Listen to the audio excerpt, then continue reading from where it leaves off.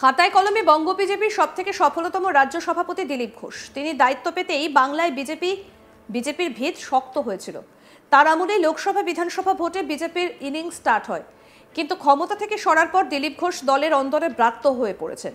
সম্প্রতি কেন্দ্রীয় স্বরাষ্ট্রমন্ত্রী অমিত শাহ বঙ্গ সফরে এসেছিলেন, প্রধানমন্ত্রী নরেন্দ্র মোদীও এসেছিলেন। কিন্তু তাদের দুজনের সভাতেই সমস্ত বিজেপি নেতাদের দেখা গেলেও দূর দূর পর্যন্ত বর্ষিয়ান বিজেপি নেতা দিলীপ ঘোষকে কোথাও দেখতে পাওয়া যায়নি। তা নিয়ে তার গলায় মান অভিমানের কথাও শোনা গিয়েছিল। রোজ সকালে ইকো পার্কে গেলেও বেশ কিছুদিন ধরে সংবাদ মাধ্যমে আর মুখ খুলছেন না দিলীপ, একেবারে মৌনব্রত পালন করছেন। কিন্তু দিলীপ ঘোষকে এখন নিয়ম করে আরএসএস এর বর্গে দেখা যাচ্ছে। বুধবার ভোরে নিউ টাউনের আরএসএস এর ক্যাম্পে হাজির ছিলেন দিলীপ ঘোষ। দিলীপ ঘোষ কি বড় কোনো সিদ্ধান্ত নিতে চলেছেন? তৈরি হয়েছে জল্পনা। হঠাৎ এমন কি হলো যে কারণে মুখে কুলুপাটার পাশাপাশি আরএসএস এর শরণাপন্ন হলেন দিলীপ? এটা কিসের ইঙ্গিত? তাহলে কি দলে কোণঠাসা হতেই আরএসএস এর শরণাপন্ন হলেন? তাহলে কি ফের আরএসএস এ ফিরছেন দিলীপ? নাকি বঙ্গ বিজেপির নেতৃত্বের বিরুদ্ধে নালিশ জানাতেই আরএসএস এর বর্গে বিজেপি নেতা?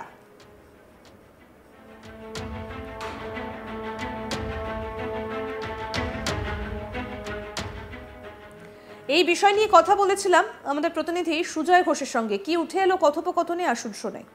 আমরা যেটা দেখলাম যে একের পর এক দুটো বড় কর্মসূচি, সেখানে দিলীপ ঘোষকে কিন্তু ডাকা হলো না। তো যার ফলে দেখো দলের বঙ্গ বিজেপির মানে পার্টির এই মুহূর্তে যা সংগঠনের অবস্থা, তুমি নিশ্চয়ই জানো যে আগে পার্টির যে অবস্থা ছিল তার থেকে এই যে তাকে সফলতম রাজ্য সভাপতি বলা হয়, কিন্তু দেখা গেল অমিত শাহ তিনি যখন এলেন এত বড় একটা কর্মসূচি করলেন, কিন্তু সেখানে ডাক পেলেন না দিলীপ ঘোষ। আমরা যেটা এখন ইদানিং আমরা যেটা দেখতে পাচ্ছি, যেটা খুব অত্যন্ত রাজনৈতিকভাবে তাৎপর্যপূর্ণ, কি সেই বিষয়টা, তিনি ইকো পার্কে যাচ্ছেন কিন্তু সংবাদ মাধ্যমের মুখোমুখি হচ্ছেন না, একেবারে মুখে কুলুপ, একেবারে দাবাং দিলীপ। তিনি কিন্তু একেবারে নিশ্চুপ, তিনি কোনো মন্তব্য করছেন না। এটা এটা এটা কি কোনো ইঙ্গিত? কিন্তু যেটা দেখা যাচ্ছে যে প্রত্যেক দিন তিনি আরএসএস এর যে বর্গ হয়, যেটা ক্যাম্প হয়, আমরা জানি বঙ্গ বিজেপির বলা যেতে পারে বেশিরভাগ নেতা তারা কিন্তু আরএসএস থেকে আসে। তিনিও আরএসএস এর দীর্ঘদিন প্রচারক ছিলেন। এখন একটা বিষয় সবাই প্রশ্ন করছেন যে তাহলে কি দিলীপ ঘোষ এখন আরএসএস এর দ্বারস্থ হচ্ছেন? এটা নিয়ে কিন্তু এই মুহূর্তে জোর মানে একবারে চর্চা চলছে। এবং আমরা আরেকটা বিষয় দেখলাম, তিনি যেরকম আরএসএস এর ক্যাম্পে যাচ্ছেন একেবারে হাফ প্যান্ট পরে, ঠিক পুরনো জীবন, যে জীবনে দিলীপ ঘোষ এতদিন ছিলেন সেই জীবনে তাকে দেখা যাচ্ছে। শুধু তাকে দেখা যাচ্ছে না, এবং তিনি দেখছি ক্যাম্পের যে আরএসএস এর যে ক্যাম্প, সেই ক্যাম্পে তিনি অংশ নিচ্ছেন। সেখানে আরএসএস এর যে সভা শেষে যে প্রার্থনা হয় সেখানে তিনি যোগ দিচ্ছেন। এমনকি এ রাজ্যের শীর্ষস্থানীয় আরএসএস নেতারা যারা যেই ক্যাম্পে থাকছেন তাদের সঙ্গে দফায় দফায় বৈঠক করছেন। একটা জল্পনা তৈরি হয়েছে। আমরা দেখেছি যে সত্যি দিলীপ ঘোষ প্রত্যেক দিন সংবাদ মাধ্যমের মুখোমুখি হতেন, একদম দাবাং দিলীপ। তিনি কিন্তু একেবারে পুরোপুরি মুখে কুলুপ এঁটেছে, তিনি কোনো মন্তব্য করছেন না। তাহলে কি বিজেপির কেন্দ্রীয় নেতৃত্ব তাকে কি বারণ করলেন যে আপনি এখন কোনো মন্তব্য করবেন না? বা এটা কি হতে পারে যে তিনি অন্য কোনো কিছু ভাবছেন? বা আরএসএস কি তাকে বারণ করে দিল যে আপনি এরপর থেকে আপনি সংবাদ মাধ্যমের মুখোমুখি হবেন না? বিজেপির বিরোধীরা এটাও বলা শুরু করলেন যে এবার শুভেন্দুর যুগ শুরু হয়েছে রাজ্য বিজেপিতে। তাহলে কি কোথাও শুভেন্দু অধিকারী বা সুকান্ত মজুমদারের জন্যই আজকে দিলীপ ঘোষ এতটা কোণঠাসা? দেখো, একটা কথা তো ঠিক, এটা দিলীপ ঘোষ নিজেও বলেছেন এবং একটা ক্ষোভ প্রকাশ করেছে। আমরা দেখেছিলাম লোকসভা নির্বাচনে 2024-এর যে ফল বেরোনোর পরই তিনি কিন্তু একটা নাম না করে তিনি কিন্তু একটা চরম ক্ষোভ প্রকাশ করেছেন।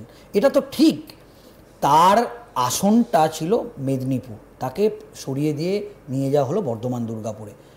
কিন্তু আমরা যেটা এটাও সূত্র মারফত জানা গিয়েছিল যে তিনি প্রথমে রাজি হননি, কিন্তু আরএসএসের একেবারে শীর্ষস্থানীয় জায়গা থেকে তার কাছে ফোন আসে যে তাকে দাঁড়াতে হবে।